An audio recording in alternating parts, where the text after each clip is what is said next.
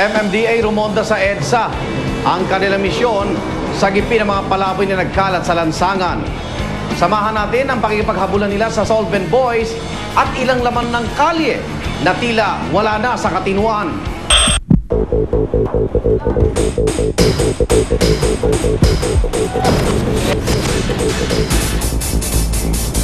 Ako po si Roberto Binalla ng MMDA Street Dweller Care Unit. Nagre-rescue po kami yung mga batang palaboy sa gitna ng kalsado, lalo na po sa kahabaan ng EDSA. Sakop po namin yung kahabaan ng EDSA. Dito po Marcos Highway. Tapos po dito sa parteng Monumento, Aurora, Araneta po na yan. At saka po kahabaan dito sa may Commonwealth. Dire-rescue po namin sila kasi po minsan sila nagiging cause ng accident at saka ng traffic po sa kahabaan ng EDSA. Dito maraming nagrarugby dito sa ilalim ng tulay. Wala na. Eh, nakahiga.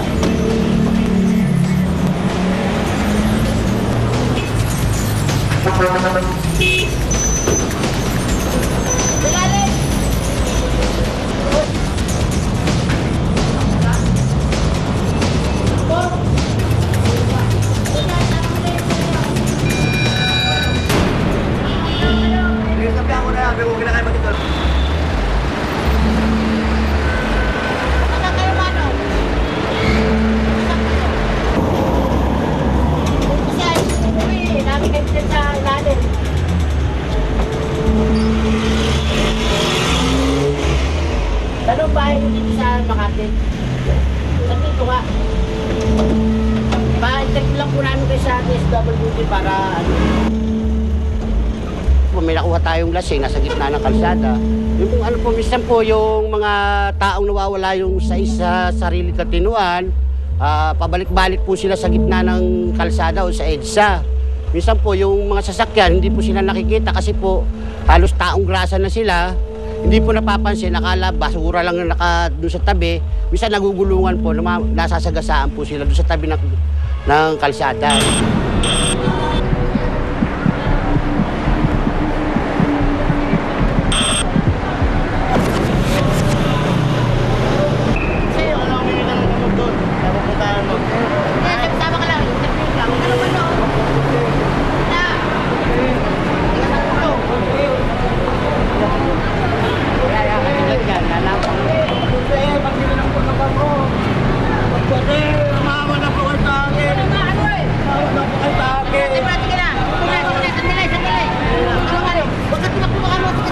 Nakakita tayo ng isang lalaki na nanghihingi, tapos yung mukha niya, di ba, puro pasa. Balak sana namin yung kuhanin at mabigyan ng kahit man lang first aid. Di ba, nanlaban siya. Hanggang sa yung kasama ko, nasugatan dito. Mga violente sila kasi wala sila sa sariling katinuan, mga nagra-rugby sila, kasolvent. Kasi pag nasaway mo yan, galit sila sa'yo.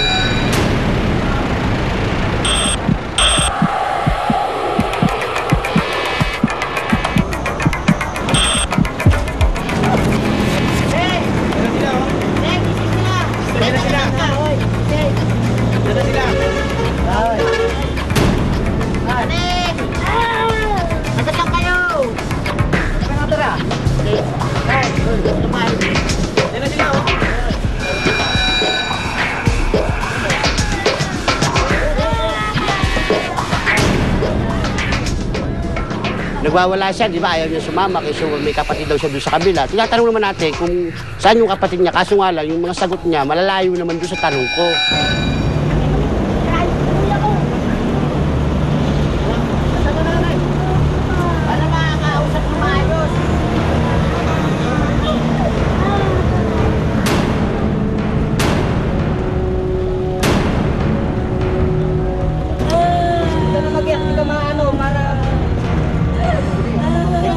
Makakabuti na iiwanan lang natin sa doon o paalisin kasi lalong lalala lang yung kanyang karamdaman na mawawala sa pag-iisip niya kasi 3 araw na siyang hindi kumakain, lalong lalala lang ng lalala.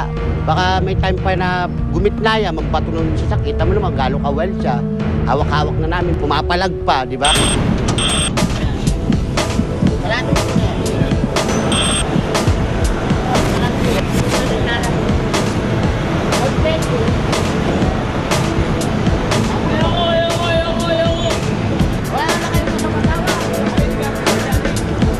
Yun ang boss na ginagawa ng mga yan eh, na nagrarugby o kaya solvent.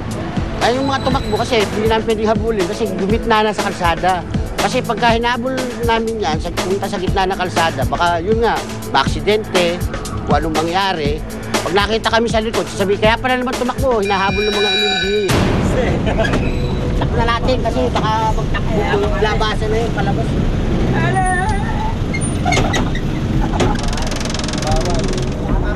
Ano po yung solvent? Kung nagigit sila ng solvent ko sa gitna rin ng kalsada, pagka may tama na sila, papatintero na sila sa mga sasakyan mabibili sa takbo. Makukulit sila kasi magugulo na lahat ng tao sa loob ng sasakyan namin, ginugulo nila.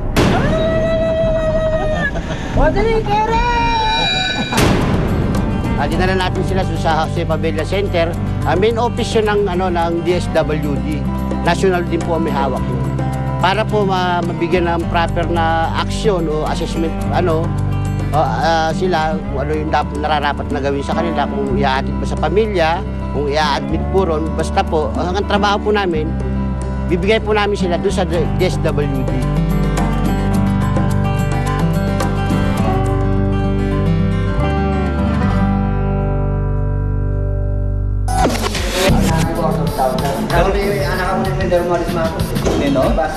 Sa labas. Hindi dahil matupuno sila, hindi dahil matapang.